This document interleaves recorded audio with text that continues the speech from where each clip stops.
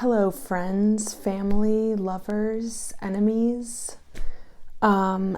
Today I'm going to do a pick a card reading or pick a deck reading.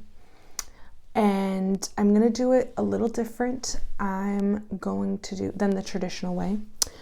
I am going to use some unconventional decks. I have been playing Magic the Gathering recently, and I've gone to a few drafts, so I've acquired some of the most recent decks. So I will be doing 2 readings with 2 different decks that I have built. I feel pretty good about these decks. The first one will be from the Kamigawa Neon Dynasty set that just came out. It's got a couple other things sprinkled within it, but it is mostly that. And it's going to be a black and green deck. So that's sort of the vibe I'm going for with this deck, that sort of dark, earthy, secrets and earth magic and dark magic sort of thing.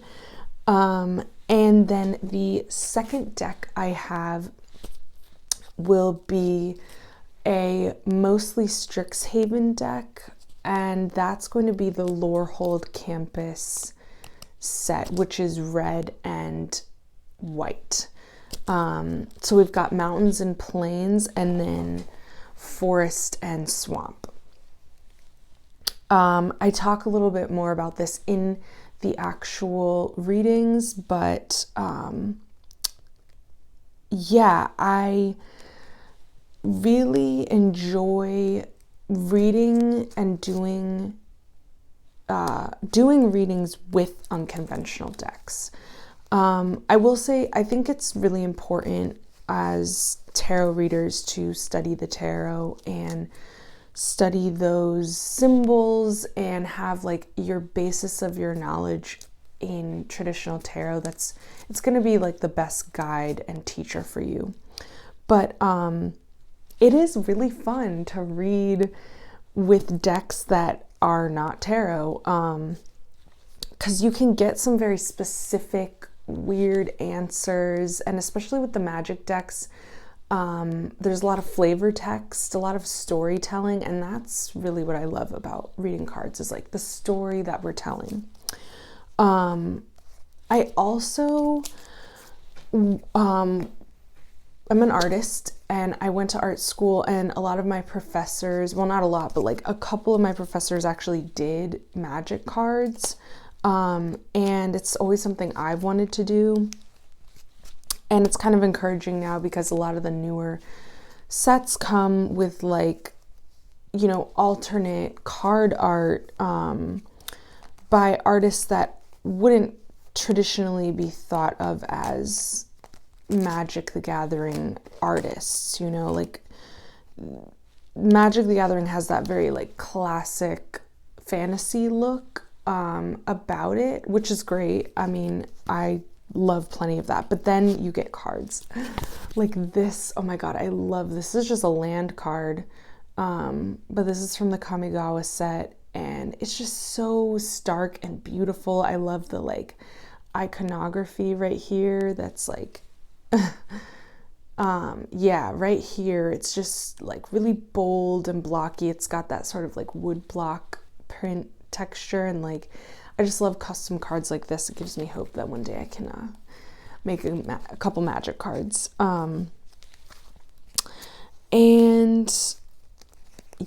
So the other part of it is that I will also be doing some like clarification with just some good old playing cards. This is like my go-to playing card deck. It's really basic. It's just like a bicycle playing card deck, and I talk a little bit about like the correlation between tarot and playing cards. Obviously really similar.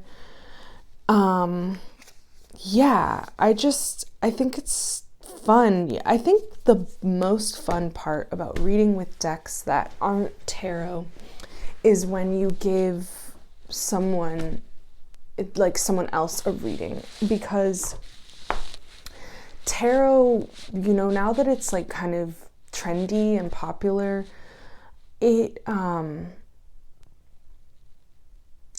feels like there's an expert in every corner, right? And I think skeptics and people who don't really study these things kind of brush tarot off as like this thing that's like silly.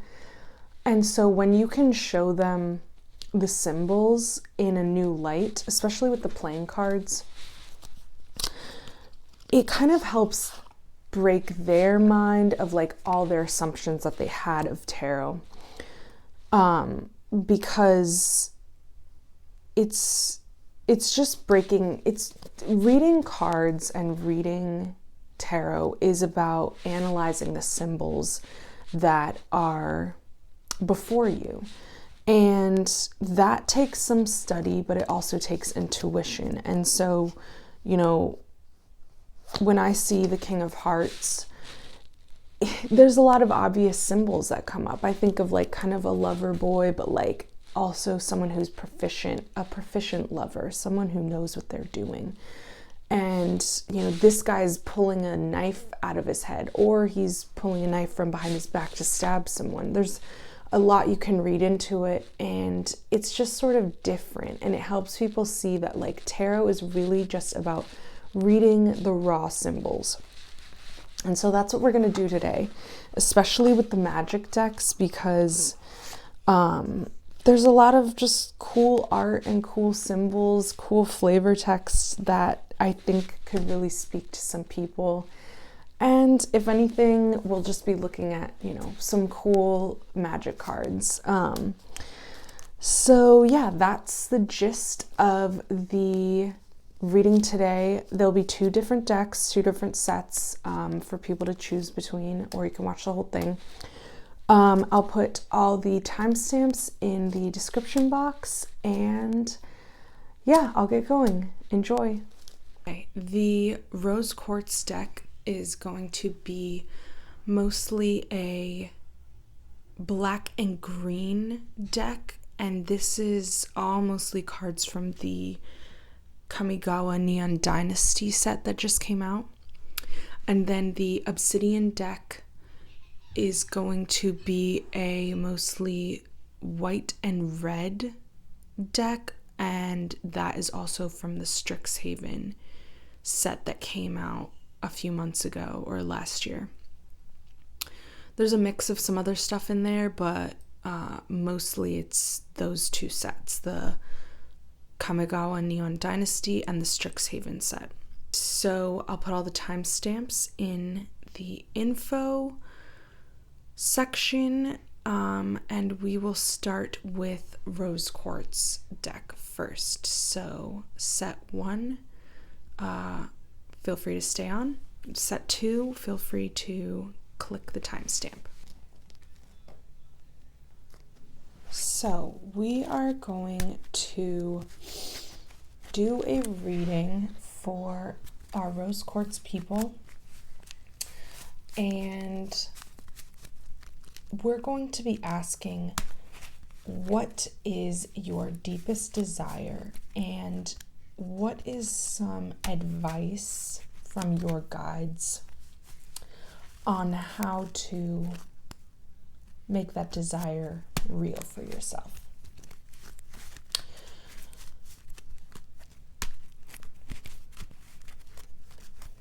I love these sleeves. I just love the way it kind of shuffles so easily.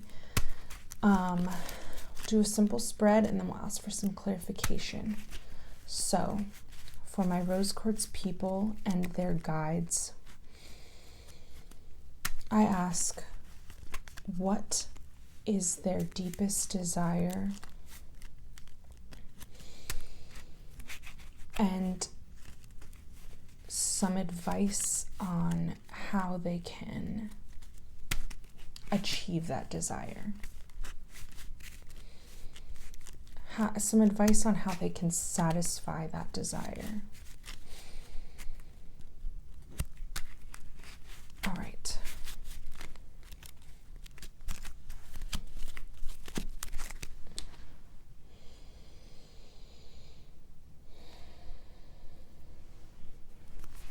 Okay.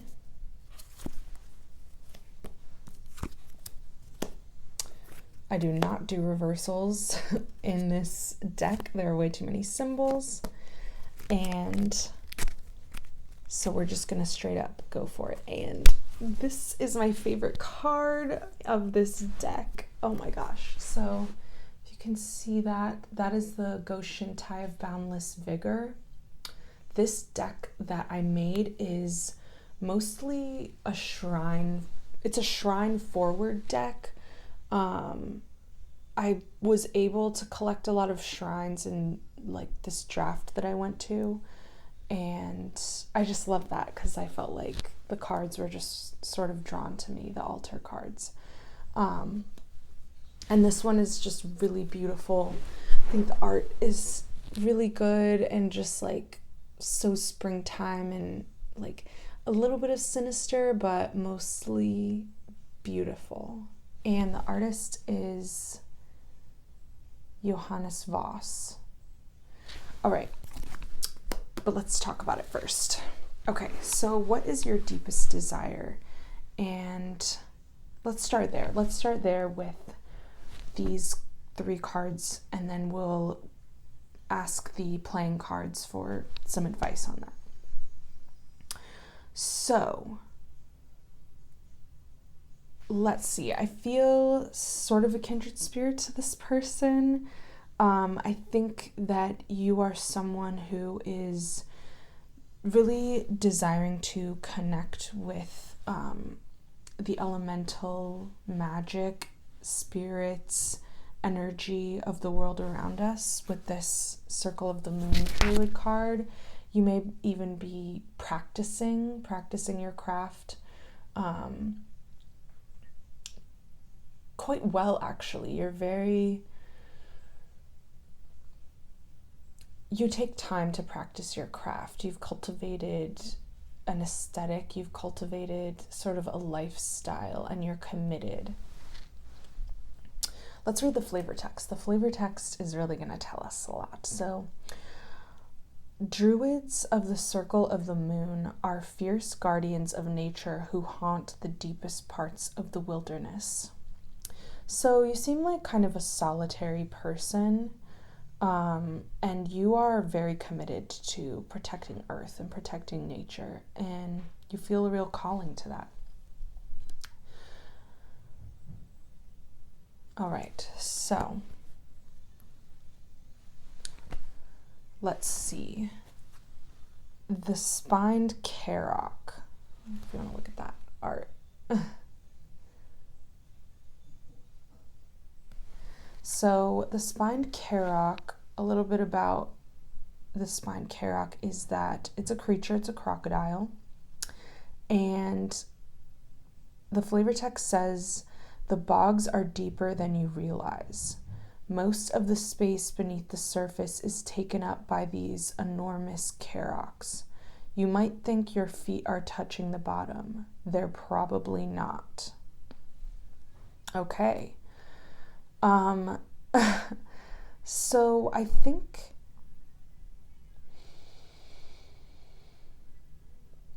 there's some real depth to you, a deceptive depth. Maybe a lot of people don't see, they're not seeing all of you. And in fact, you are very guarded in a way that is almost hostile to outer influences, because this is a kind of scary guy right here. This may even be some kind of energy that's like at your call just because you have that druidic presence. But it's a bit intense, you know. I guess you probably have something worth protecting, especially if you are practicing your craft and, communing with the spirits and trying to connect with the earth. You really do have something to protect. And you're not what you seem to the people that you're protecting your place from, your circle from. They don't understand how maybe lethal you are. All right, and this is obviously the thing that you're protecting. This, I think, is really encompassing what your deepest desire is, this shrine. Now, this may be an inner shrine, but also because you're a druid and you may be practicing your craft, this may be an actual shrine or altar that you're building. Okay, let's read the flavor text. I love the flavor text on this one. Go Shintai of boundless vigor. It seeks those with untamed spirits and offers wild strength. Now, the thing about the shrines in this Kamigawa set is they're all sort of intense and like a bit sinister in a way. I mean, they're really beautiful, and the flavor text makes them feel very powerful, but you know, a shrine that seeks people with untamed spirits is definitely something you need to be careful with. You need to treat it with the utmost respect. The power that it's going to give you, you need to treat that with the utmost respect. You can't let egoism get in the way of that. Maybe you actually even understand this about the shrine that you are protecting, because this shrine isn't just for anyone. This holy place isn't just for anyone to stumble upon and take advantage of. This is like the raw power of the earth. And this is something that you are fiercely protecting, because if just some random person got their hands on it, who knows the power that, you know, could be taken advantage of. This is sort of like a giving tree situation almost. Like, if we don't appreciate and protect these trees, these shrines, and these altars, their power will be sapped from them, and we won't have learned that lesson. All right, almost forgot to light the incense. You can tell this is my first pick a card reading, but we're gonna get the vibes right. There you go. Here's what you're protecting. Your deepest desire is to protect this shrine. Now, this may not be true for everyone, that this is like a literal shrine, a literal altar. So this may be, you know, an inner shrine, something that you're cultivating inwardly. And just the same, like, you are starting to understand what your power is, and you really need to protect it. You can't let it be taken advantage of, because the power there, it's too much, you know. I feel like this is about setting boundaries with yourself and with others, because otherwise, when you don't set boundaries, you know, our emotions tend to take over. Our untamed spirit gets taken advantage of, or not taken advantage of. If you have an untamed spirit, when emotion overtakes you, it'll just carry you away. And maybe you're at this point where you've been in your practice enough that you're starting to realize this, that if anyone goes a little bit too deep below the surface and you don't feel emotionally ready for that, it kind of spells disaster for you. And that doesn't, you know, it seems like you want to grow past that. That is a deep desire of yours, is to grow past this moment of being out of control from your emotions and not being able to set your boundaries.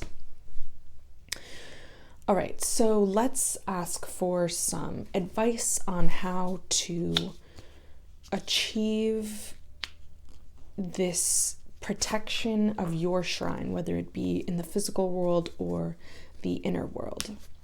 And we'll ask my playing cards. These are my trusty playing cards. I mean, really, I enjoy reading with pretty much any playing cards, as long as they shuffle nicely. All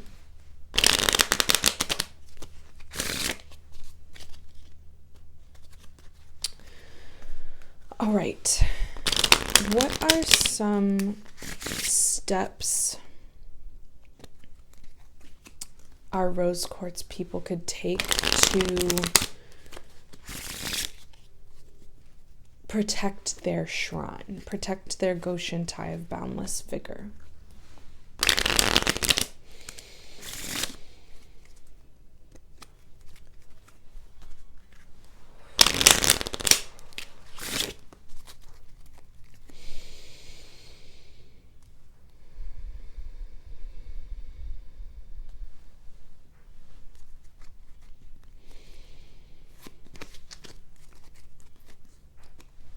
Let's move these up.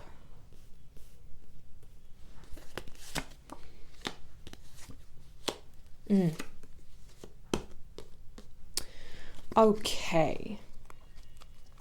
So, the Ace of Spades, a lot of times in these decks, these old decks, the Ace of Spades is the only one that's like decorated. See how this one looks kind of normal?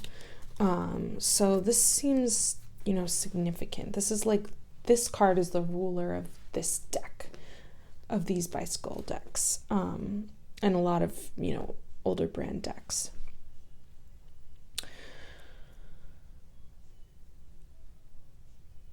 I see four-leaf clover. I always think of a four-leaf clover with the Four of Clubs, which is a magical tool, an implement of magic.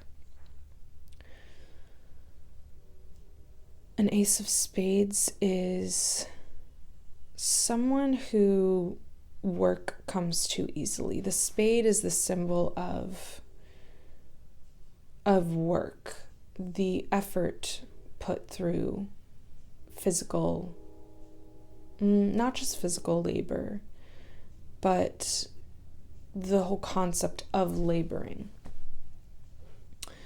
And then the Three of Clubs. So a lot of magic here. This makes sense because you are the druid. So you have magic at your disposal.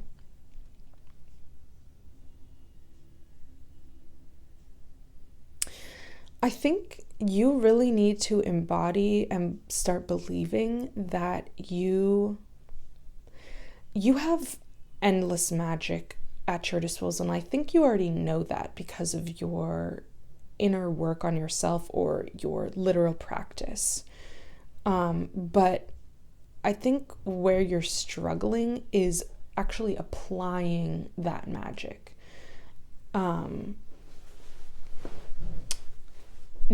It's tricky. It's tricky when you do magic sometimes. When you're doing magic for like spiritual sustenance in your own inner world, it can make more sense, but sometimes actually manifesting these things, using magic to manifest things into the physical reality, can be kind of confusing because there's so many options of how to do magic, of what implements to use, when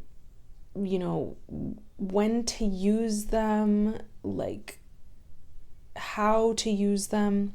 But let's work with raw materials here. So in playing cards, between playing cards and tarot, there is like a 1-to-1, right? So with clubs, you've got, these are your fire and wands suit. With spades, these are your air and sword suit. And they have a correlation, but with the playing cards, since these are different symbols, they also, sort of have their own thing that they mean. So,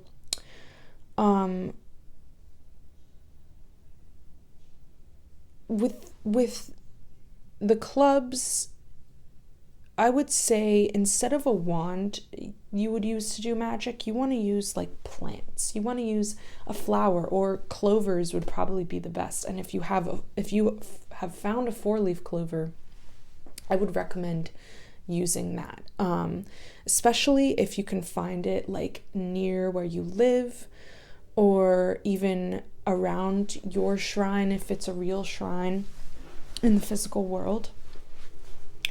And also just maybe some regular clovers or just wildflowers. It's springtime right now, so there are going to be a lot of wildflowers around for you to use. I would say even maybe just a good like ingredient list would probably be a 4-leaf clover and then 3 flowers. Maybe 3 of your favorite flowers. And again, if they're near your shrine, that's going to be even better. And then the spade, let's talk about it. In a sense, you are the spade. You are the tool that is going to do the work in the physical world. With magic,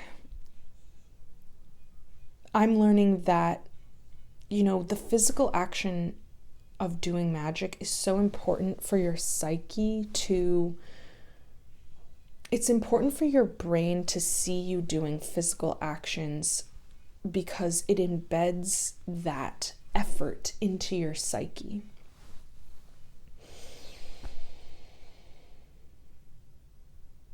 I would say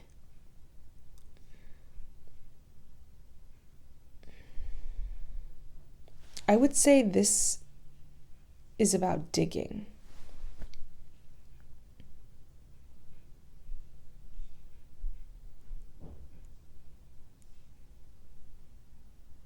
Digging a hole to place an earth-like spell. See how much green is here? This deck is a green and black deck, but you've drawn all green cards.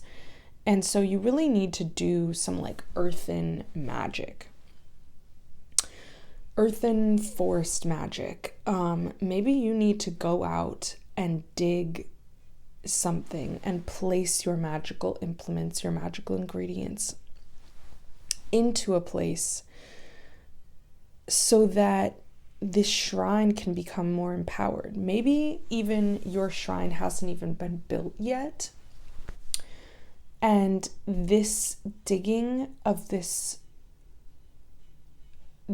if you go out and dig a hole and place your ingredients in there, that's almost like planting the seed of this shrine. I think that would even work for the people who are kind of trying to build this inner shrine for themselves, because your brain seeing you actually dig a hole and plant that seed of that shrine is going to grow it and cultivate it within you.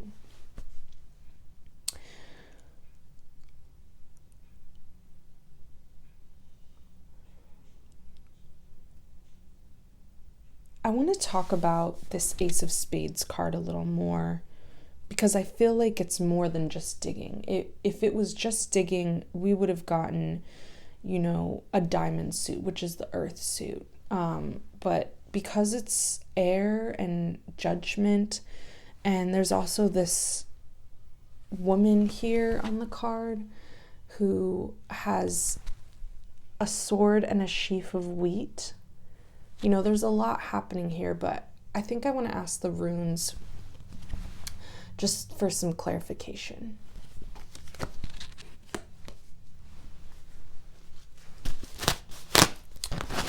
So,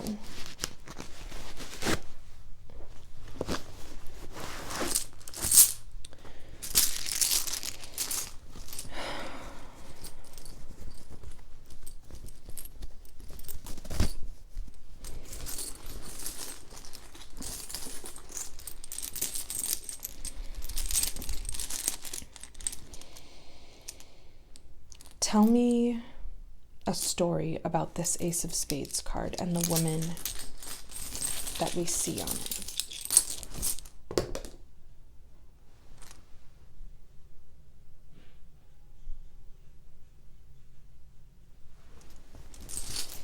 All right, the rune that I drew is Sowilo, which is the sun.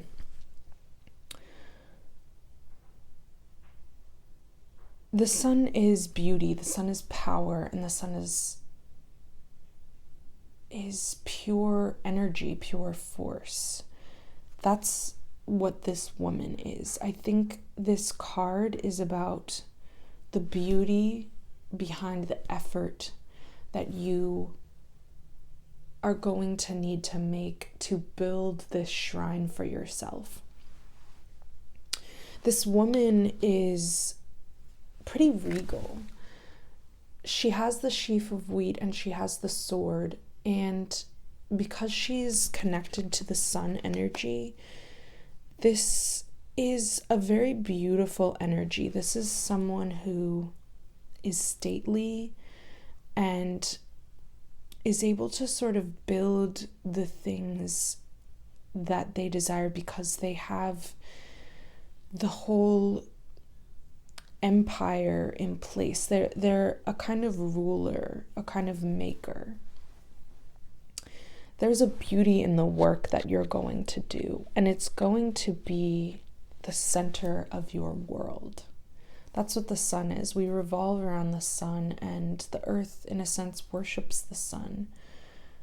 The sun is our heart and our solar plexus and our center. And this work is going to, sometimes we think of work and labor and effort as things that drain us. But this work ultimately of making an effort to build your shrine, putting together the ingredients, it's going to empower you. It's going to fill you with golden light and beauty. I think that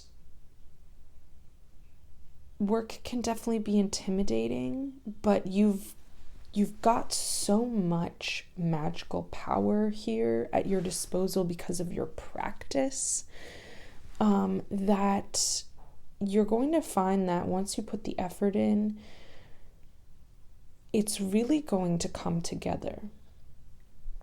You've got all the pieces in place. It's sort of about the puzzle pieces falling together. And once you show your guides and your angels that you will do the labor that it takes to get to your deepest desire, it's going to fall into place. You just need to gather your ingredients, and I would recommend, maybe meditating on this rune and this card together. Try to just journal about the symbols and kind of marry these two symbols in your mind, and even try to just sit and breathe and try to see in your mind's eye as clearly as you can these symbols. That is going to help your psyche sort of integrate. Integrate is the word. If you can integrate these symbols and meditate on them, that's really going to help you make this effort go forward. All right, I think that is enough for group 1. So I'm going to move on to group 2. Good luck in your... I'm going to move on to group 2. Good luck in your efforts, Rose Quartz people, and thank you.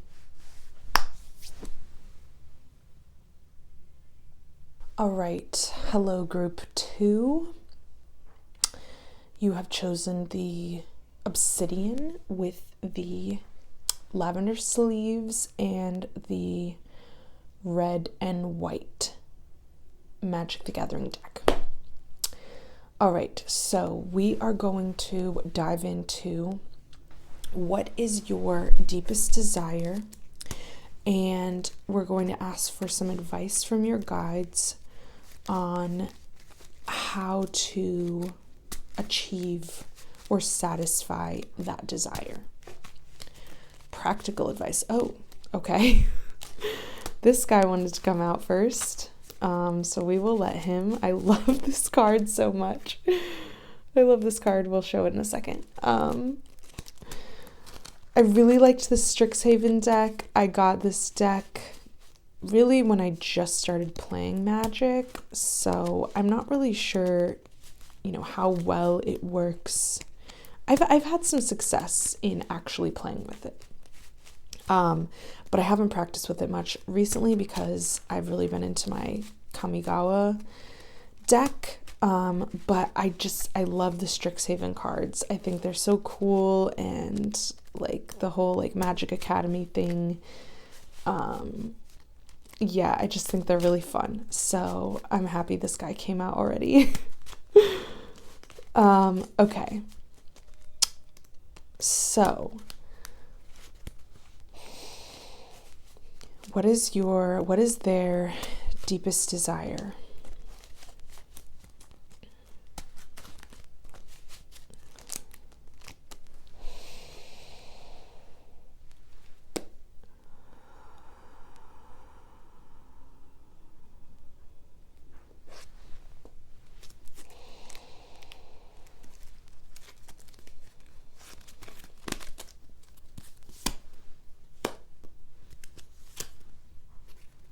All right, as I said in the other part, I do not do reversals in these decks. There are just way too many symbols to be messing around with that. So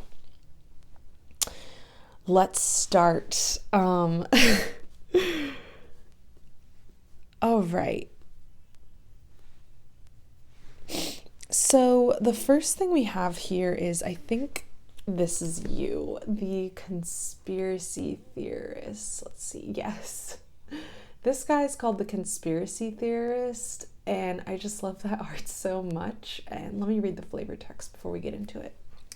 Oh, there is no flavor text. Well, I'll say who the artist is. Svetlin Velinov did this card, and I think they did a wonderful job. God, I just love the facial expression on this guy. He just looks so crazy.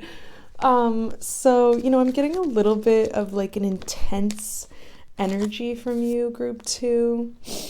You really have something to say, and you kind of have, this is very much that like Charlie Day meme from It's Always Sunny in Philadelphia.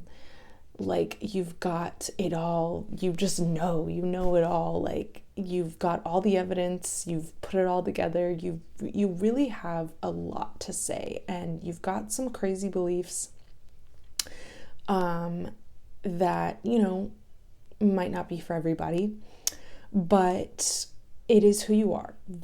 You are you.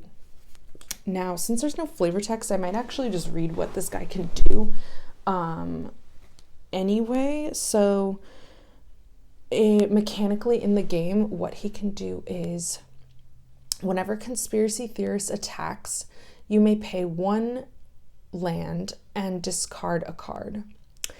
If you do, draw a card. Whenever you discard 1 or more non-land cards, you may exile one of them from your graveyard. If you do, you may cast it this turn.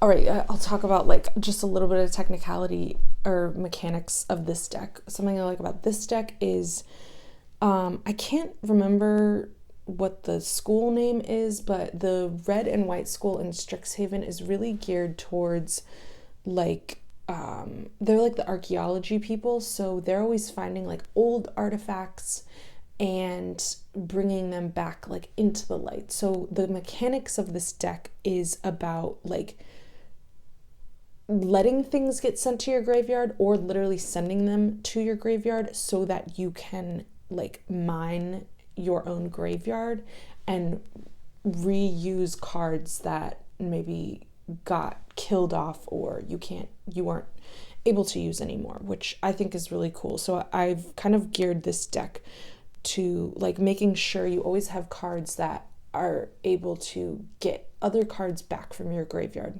which this guy does. So, I mean, that kind of makes me think that like you as this like conspiracy theorist are actually kind of well researched, or maybe you think you're doing good research. You do spend time. You spend a lot of time working on the things, the conspiracies of the things that you believe, and like putting effort into that. You read a lot, you write a lot, you like gather information. Now, I don't know if all of this information is like completely accurate, but the more you read, the more you're able to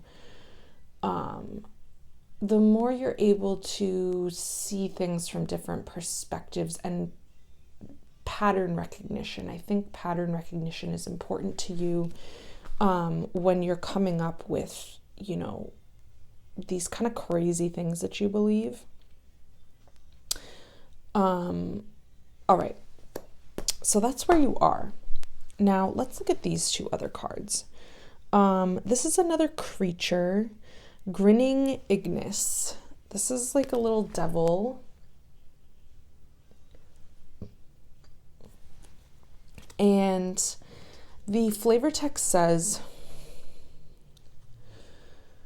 on rare occasions, a Prismari student will summon an elemental that shows such promise that it's permitted to stay and enroll.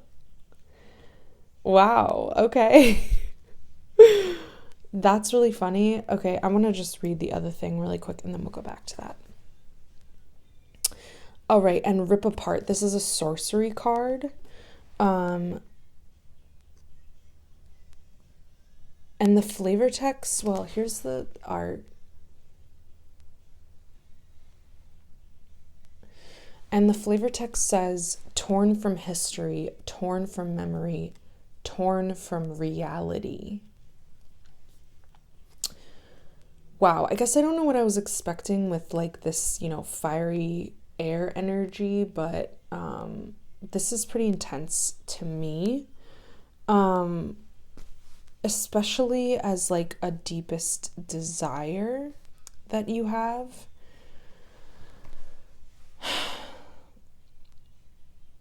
I think group 2, what you are looking for and the things that you believe are things that have been lost to time. Things that possibly even go beyond the bounds of this reality, you know, things that people can't see or perceive.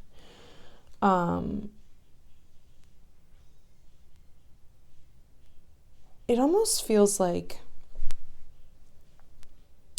this Grinning Ignis is maybe not so much something you would summon, but something you desire to be.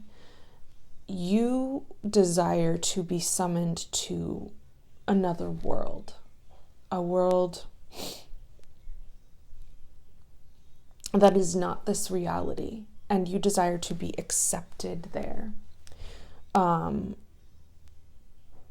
mean, this is a bit of a chaotic energy, which you already have, but I think really what I'm seeing here is like, you want your chaotic energy to thrive.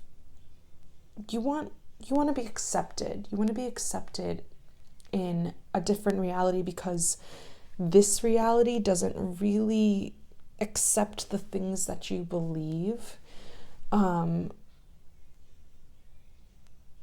This reality doesn't really see you or take you seriously. Or maybe you just feel that way about yourself, that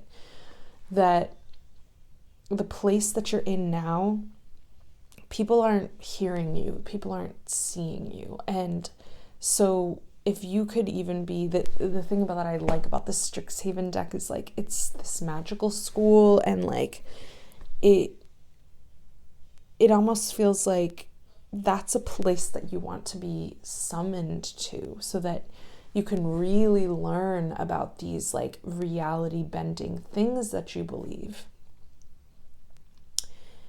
And your ideas will be accepted, your kind of chaotic energy will be accepted, and you'll be permitted to enroll in that school, in that reality. Now, this in the last place, let's read the ability on the card just for some clarification. All right. Choose one. Rip Apart deals 3 damage to target creature or planeswalker. Destroy target artifact or enchantment. Now, is there something you want to destroy, Group 2? Now, with this art, this is a person. This is a person being ripped apart. I know that the ability is about destroying an enchantment, but it's also about hurting. And the flavor text is torn from history, torn from memory, torn from reality. I almost wonder, Group 2, if you are looking for a way out, in a sense. This is sort of some intense imagery, but maybe what you're looking for is information at this school, at this place of knowledge, to,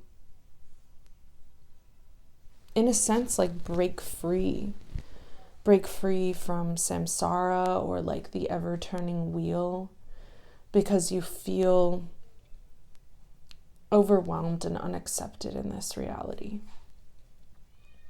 And maybe you think that if you could rip yourself away from this reality, you could find some peace. But it takes being accepted into the school and gaining knowledge and becoming a student before you can do that. This is sort of, I mean, this is a very, kind of minor card. It only costs 2, but it is a potent power in that context.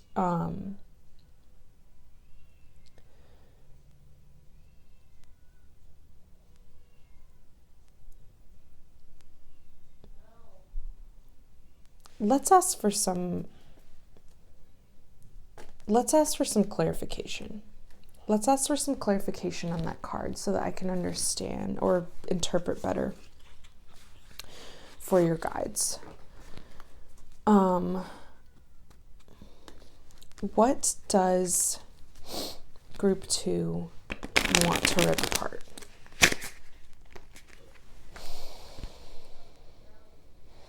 What does Group 2 want to rip apart?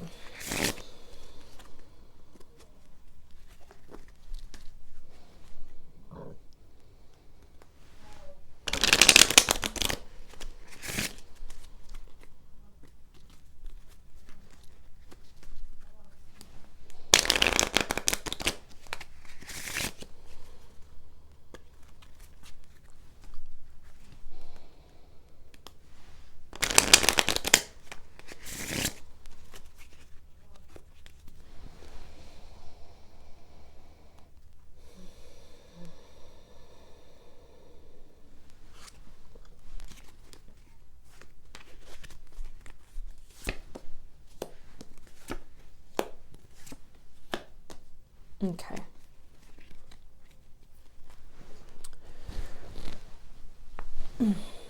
I think the first thing I see here is this figure. To me, because this figure is right underneath this card, I don't feel a good influence from this figure. I feel like this is sort of a dark figure in your life. It's a figure of authority.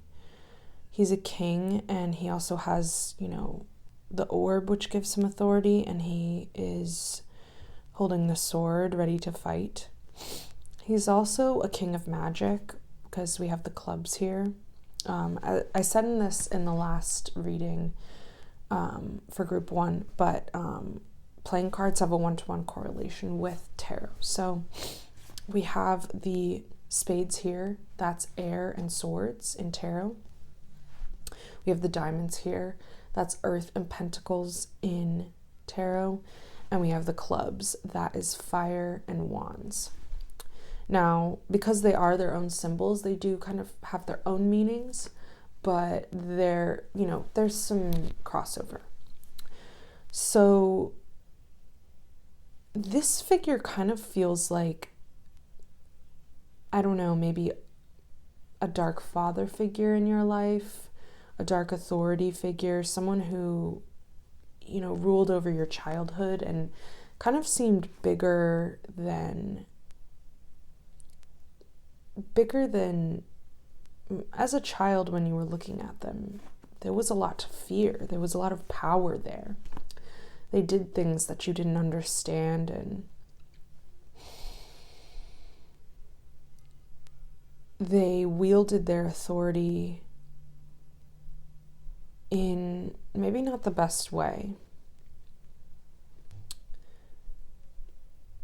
They set an example for you, definitely, about, a kingly ruler or a father figure.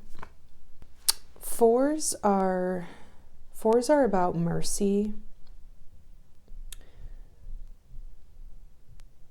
Fours are kind of associated with mercy and luck.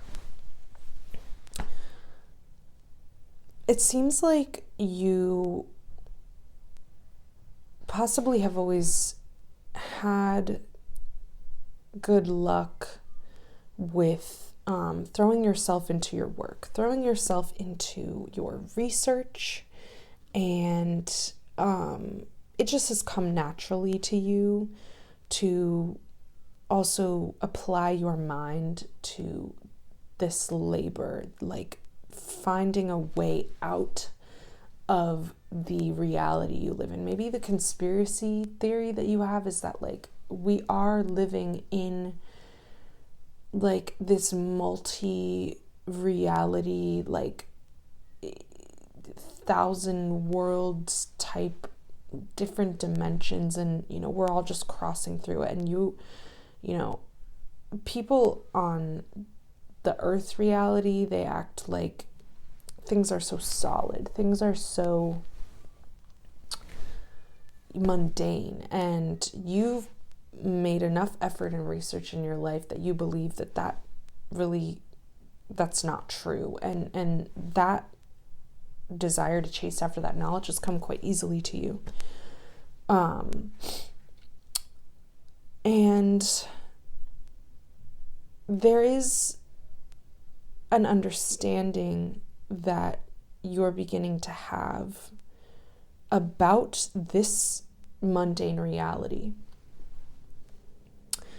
You're beginning to realize that you can cross over. You can cross over into this other world, this school, this place of knowledge that's going to teach you powerful lessons.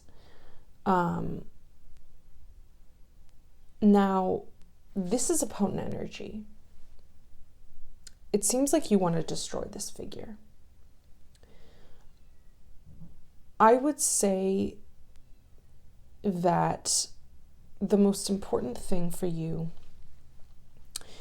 is to destroy the archetype of this figure that has hold over your mind.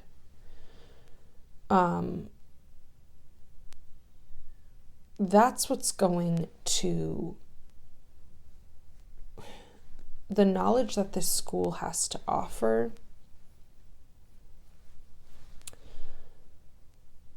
is going to help you integrate this ripping apart in your mind. You have to rip apart this archetype, because Otherwise, you never really will be able to cross over. This archetype, this dark, kingly, powerful figure,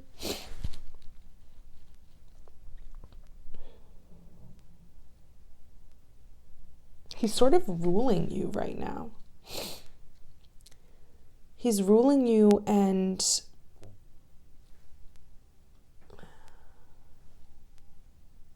he's stopping you. He's stopping you from really accepting yourself and moving on.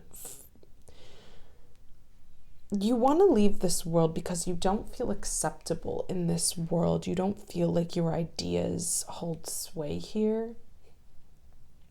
But you want to go to a place of acceptance. But this guy is standing in your way. This thing in your mind is standing in your way. And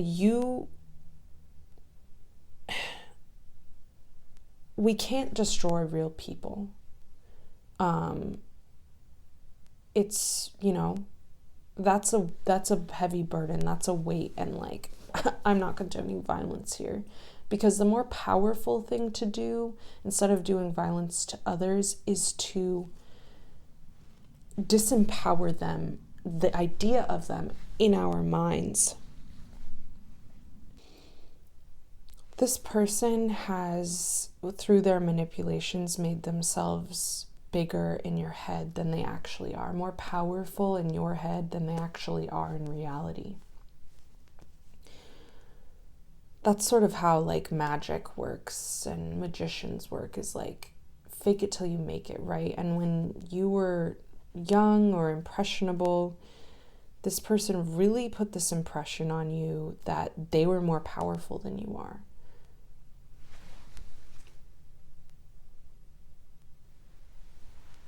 And I really do think you need to focus your efforts on breaking down that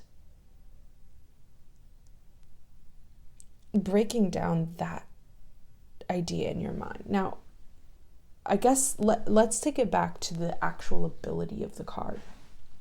Choose one.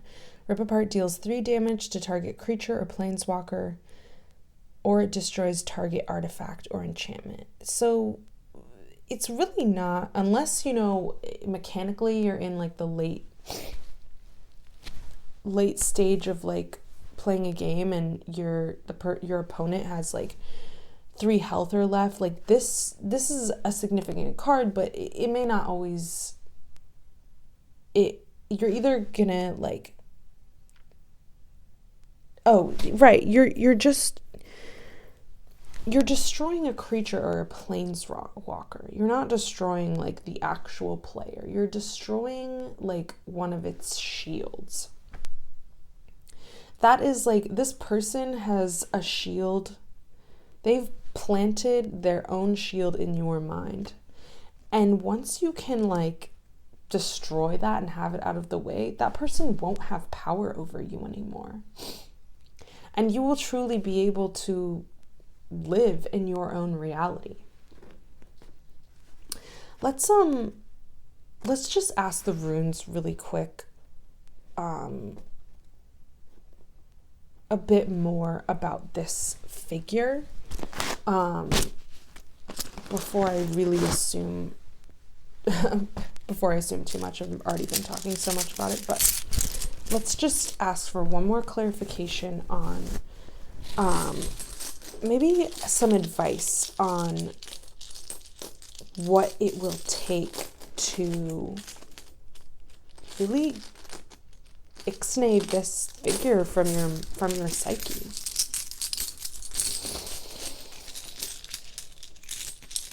All right, what will it take to rip apart this archetype from group 2 psyche?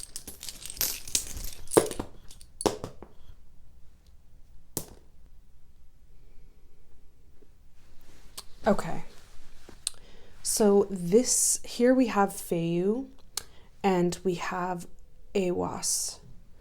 So Feyu is one of my favorite runes, and I honestly always associate Feyu with that like Jupiterian energy of Chesed on the Tree of Life, that like fatherly Jupiterian luck energy, which also, kind of corresponds to this card as well, because Chesed is the fourth Sephirah on the Tree of Life.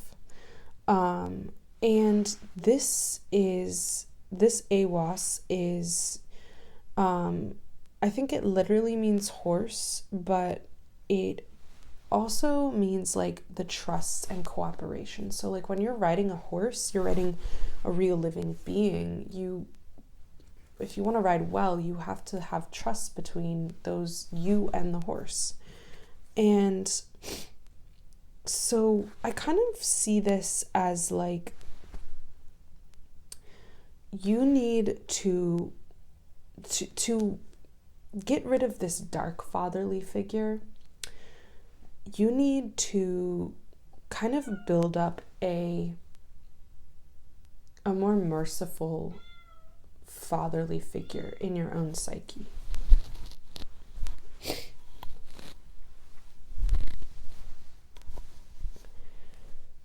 This is going to be the counter.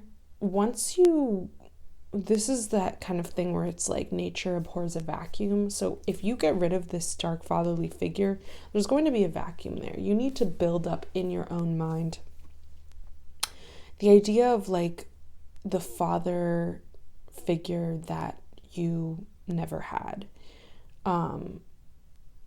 If you were to be a father, what kind of father would you be? It doesn't matter what your sex or gender is currently. If you were to, what would you want to see in the ideal father? A father that, cares and is there for a provider. This rune is also about abundance. A father that you feel connected to, that you can trust and cooperate with, as you couldn't with this figure. That kind of visualization through meditation is really going to, that's a major part of magic, I believe, is pretending, visualizing, and fantasizing. These are the things, like, this is how humanity discovered magic, is because we fantasize about the things that we want. And that's how, that's how we make that effort into making it real. I feel like you've really been fantasizing about ripping this thing apart. And, I think you could even achieve that. But the advice here on how to truly get rid of this thing is more about building something to replace that thing, building a more positive image to replace that thing. That's about rewiring your brain, giving your brain a different direction to go in. When you're fantasizing about ripping something apart, it can kind of play back on an endless loop. And so it's going to really help you resolve all of this to truly fantasize about a father figure that you would have liked to have. And even if it seems silly, or you feel like, well, this is bullshit, like, I don't want to do this, you've got to try. You've got to try to really replace this pattern of thinking, to resolve it and to satisfy it. So honestly, I think that's all I have for you, group 2. I really wish you the best of luck in your efforts. I do hope you're doing your research and not just believing anything you see on the internet. But overall, I really love this energy. This is my favorite card. This guy is so crazy looking. He really believes what he's saying, and he's just impassioned about it. And I think that's probably actually a really great quality about you. And I think other people also see that and like it. So yeah, thanks for joining me, and have a beautiful night.